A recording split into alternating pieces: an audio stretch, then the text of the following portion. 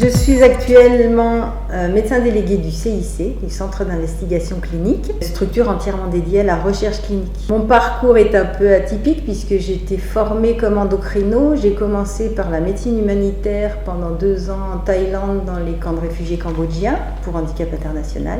Ensuite, j'ai été installée comme endocrino libérale et en fait, c'est en voulant me perfectionner à la santé publique pour faire de l'humanitaire que j'ai rencontré la recherche clinique et du coup je suis rentrée dedans et je n'en suis plus sortie.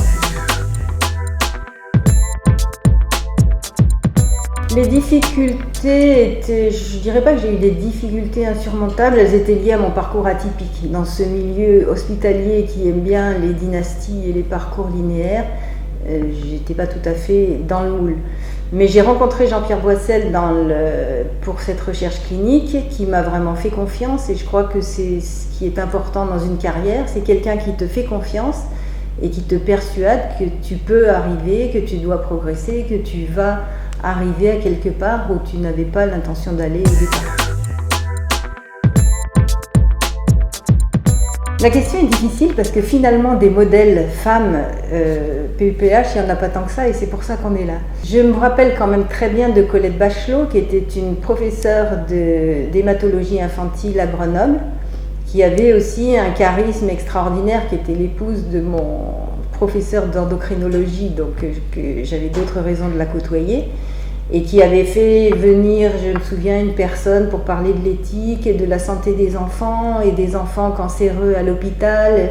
Et elle avait vraiment un charisme et une empathie pour les patients qui était extraordinaire. À tel point que lorsque j'ai eu fait après des remplacements de médecins généralistes, je me souviens l'avoir appelé plusieurs fois pour demander des conseils sur des pathologies, des petits patients qui étaient dans cette situation.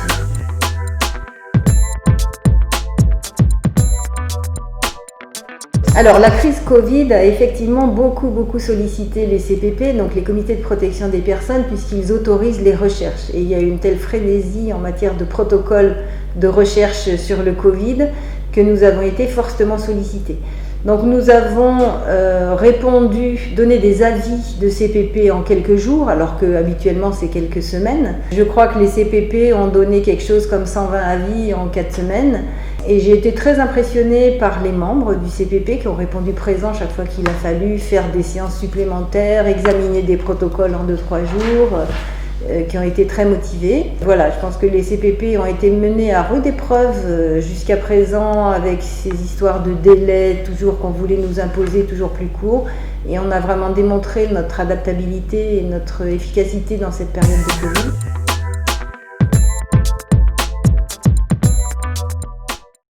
Alors peut-être avant qu'ils souhaitent, il faudrait dire aux jeunes femmes tout court et leur donner envie de souhaiter. Il me semble que c'est peut-être par là qu'il faut commencer. Il faut oser, il faut y penser, il faut penser ça peut être moi aussi. Et c'est pour ça que nous avons créé cette association. On voudrait inciter les jeunes filles, les jeunes femmes, à se lancer dans cette carrière et pas considérer qu'elle est réservée aux hommes.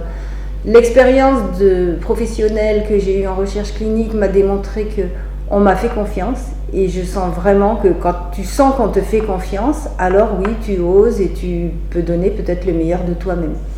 Donc ce que j'ai envie de leur dire, c'est venez nous voir, on va parler avec vous, on va vous aider à construire un projet, vous donner des conseils, on ne sera pas impliqué dans votre carrière, mais justement ce sera un élément extérieur qui permettra de vous aider à progresser sur ça.